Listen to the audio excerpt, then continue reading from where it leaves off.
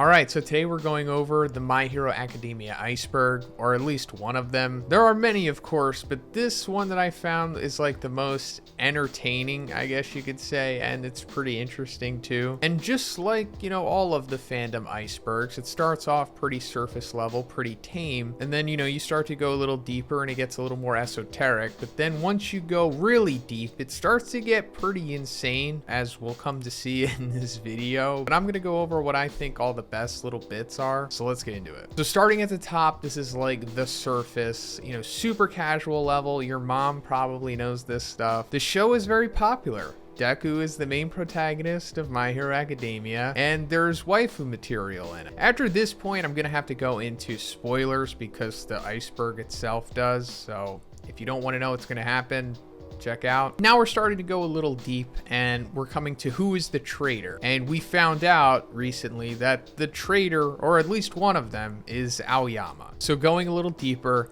Vigilantes is a spin-off and canon. Now, it's really debatable if the entire series is canon, like every single thing that happens in it. But there are certain portions of it that are absolutely canon, like Aizawa's backstory, with all the Shirakumo stuff, because it's revealed that that is in fact who Kurogiri is. Yujiko was able to get Shirakumo's body and turned him into him. Now we're going a little deeper here. Fake Bakugo death screenshot. So this was like a big thing, I think like 2 years ago, where it just as it sounds, there was like this viral leaked manga page of the supposed death of Bakugo when it was just an altered panel of Shigaraki. And it led to a lot of discourse and angry people thinking that Bakugo had actually died. Okay, so going deeper, we have All For One is Deku's father. This is one of the oldest theories that still has yet to be proven or disproven at this point. But I guess one of the main things that kind of caused this was Horikoshi's love for Star Wars, and the big iconic reveal that Darth Vader is Luke's father, but also that, All For One kind of has like the Darth Vader mask, and the fact that Izuku's father has yet to be revealed, and he's always kind of been a mystery, and the fact that Yujiko was Izuku's doctor in the very first episode, which led to the possibility of him lying to Izuku about him not having a quirk. And it's possible that All For One,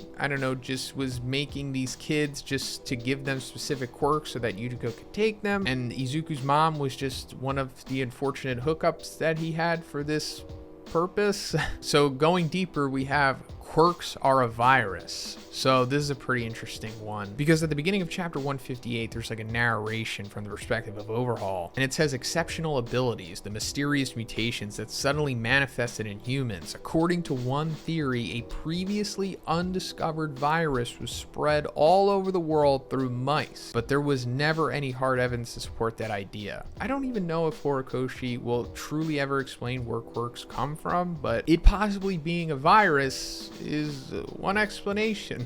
So going further, we have the original My Hero sketches. So as you'll see here, this was like the rough draft that Horikoshi had for My Hero. And yeah, it's a little off-putting at first, especially Izuku, who looks more Tim Burton-esque, I guess you could say. And also the character dynamics were different. Like Bakugo wasn't originally as aggressive as he is, but he was still kind of a jerk because he didn't have a filter for his thoughts. Also, Uraraka was supposed to have Mount Lady's quirk at first, and Izuku was always supposed to be quirkless. Like he never gets one for all, but he eventually gets like gadgets and weapons and stuff that are able to defend against quirks or nullify them or strengthen them sometimes or something like that. Okay, so now at this point we're getting kind of deep.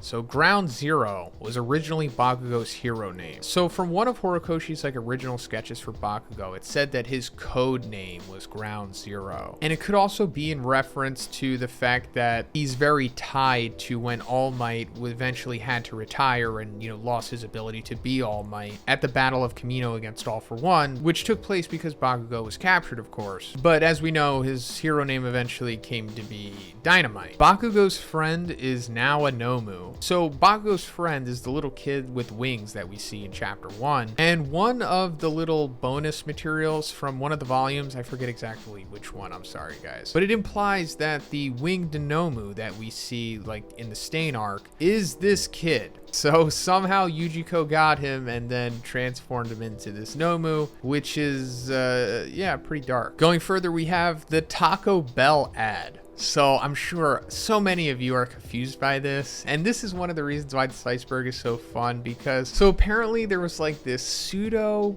Deku Taco Bell ad that was heard as an advertisement on someone's phone. And it is pretty interesting. And I'll just play it here and you can decide for yourself. Never stop. The warm nacho cheese sauce and savory Mexican spices will not let you get away. So there's only one thing left to do. Run to Taco Bell, because nacho fries are back. Head to Taco Bell and silence your cravings before nacho fries disappear again. Only at Taco Bell, at participating US locations for a limited time only. All right, let's go deeper. So Tokoyami is the Quirk.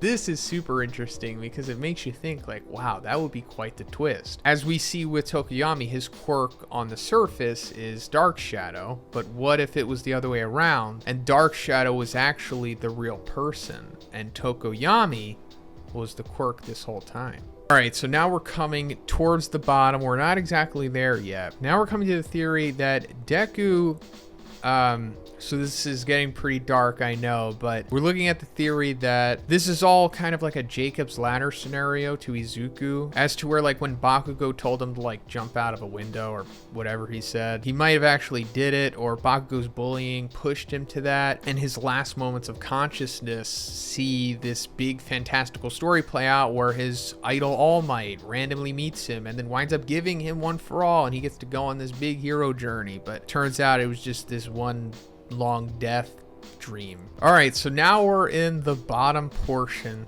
of the iceberg and we're taking a look at the Quark Theory, and I think this is probably referencing the My Hero string theory, but just string theory in general, as far as I know, and I'm stupid so bear with me, but going down to the bare essentials of existence, like beyond atoms, beyond quarks, everything is made up of these tiny little strings, and if you can manipulate these strings, then you essentially become God. And that's actually where like the multiverse theory comes into play. Like if you can navigate the strings or just manipulate them, then you could go to other theoretical universes or just control reality as a whole. And I guess this is like the end game of the series where Izuku eventually has this ability. I could be wrong, but since we're at the deepest part of the iceberg here, a lot of this stuff is so hard to come by or really just find out the origin of it or just the true nature of this stuff, because that brings us to the next theory here, and it's the Stairway to Heaven theory. So this is where things get really crazy and